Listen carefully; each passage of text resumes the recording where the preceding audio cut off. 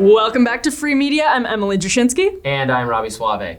Robert F. Kennedy Jr., rumored health pick for the newly elected Donald Trump, says he plans to clear out the FDA. Let's watch. You say clearing out the corruption in your terms. Would that mean clearing out the top level federal service workers that are currently at the FDA and the CDC? In some categories, I would say. What does that look like? Yeah.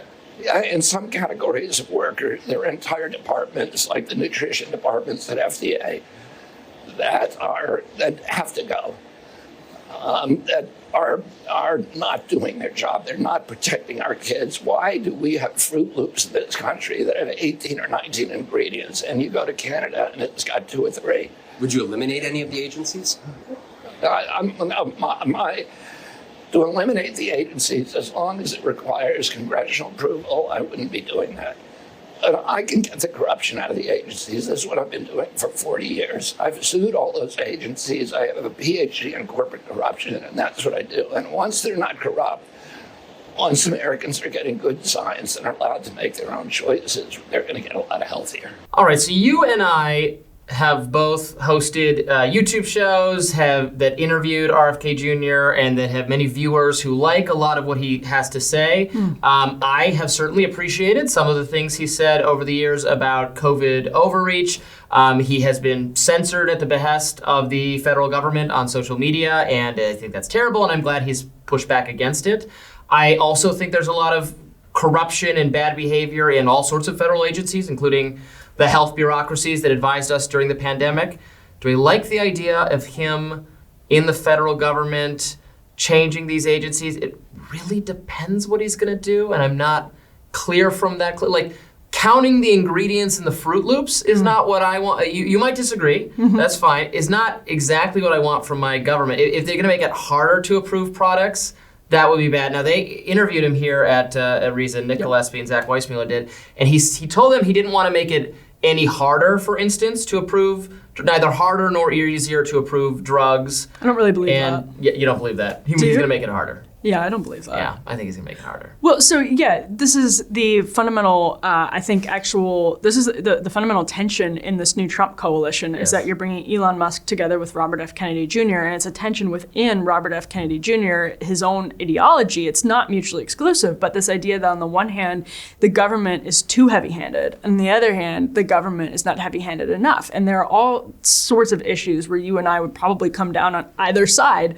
of that dynamic, although maybe not you on government being not heavy-handed enough, actually. Yeah. That might just be me on this one. But, there are obviously places where corporate corruption has run in bad directions. And so if we're looking at this, I don't care, Robby, what he does. Honestly, I just don't care because I think the balance has swung way too far in one direction when it comes to the issue of food and pharma, and he's not going to be able to do that much. So if I'm right about those things being true, I think it's fine to let him go play in the FDA sandbox seriously and see what happens, because the level of entrenchment in the bureaucracy is so strong that even with the Trump administration, even with the Senate, even throwing RFK Jr. in there, I just don't think they're able to do much in 4 years, no matter what. So there may be some things that concern you and I. It's sort of like looking at Lena Khan. There's some things where I'm like, do we need to be doing this overtime thing? And then on the other hand, I'm like, hey, whatever. Stick it to them. Let's have fun with it and see if the balance shakes out in a better direction. This is making Robby very uncomfortable. That is where we part ways, but that's fine. That's why we disagree on certain things, and Amber and I disagree, I think, even more. Our differences on various things. But here's remember, you were around for this. Remember when Michelle Obama tried to be healthier in schools? Yes, Bloomberg. We're gonna federalize school. We're gonna have all these new mandates. And conservatives hated that. Do you know what they did? I agreed with them. They took away our pizza. Yes, I know. They wanted to make your lunch smaller. Well, you need lunch in order to, a lot of people doing extracurriculars activities after school, not going to get home later. Don't make the lunches smaller. Kids just need calories. I was so against that too. And I worry that this is going to be the same thing as that. Yeah, but I've actually come to a position, you and I kind of came up in that Tea Party moment, and you probably didn't shift, whereas I have rethought some of these when I was younger priors about government involvement. And I don't know, I don't have a hard and fast opinion on school lunches, but there are certain things where I'm looking at them now and thinking, I'm not as confident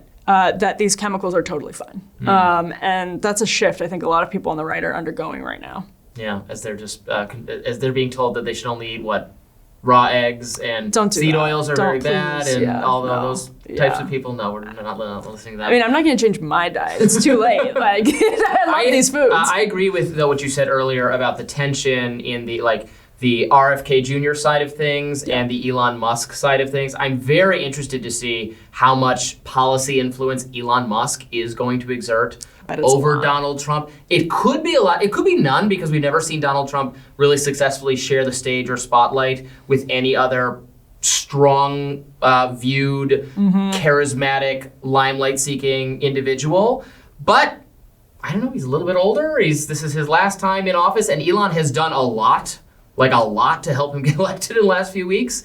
And they seem to share some kind of common bond, and he's invited him on the stage with him. And Elon, I think, is going to push him in more of the libertarian direction on probably not school lunches, but on business regulation and, I don't know, maybe tariffs and things of that nature. Now, he also might beg for environmental car driving handouts, which I'll oppose those. Well, yeah, I mean, not on industrial policy. And my assumption is that Elon Musk has way too many conflicts to disentangle himself from his own businesses and will remain in a sort of shadow advisor capacity, but a very powerful shadow advisor capacity, meaning he has a direct line to everybody running, let's say, EPA and all of these different places, and is advising very heavily. So that takes care of the issue of, disentangling himself formally from his own businesses, because that is a man who loves him some industrial policy. So it's a tension within RFK Jr. and within Elon Musk, and then you try to marry those two tensions. We have no idea what the hell's going to happen. But we're going to find out. An African immigrant taking over the country. Incredible. After all. It's beautiful. Conservatives are right about that. Free media coming back to you right after this.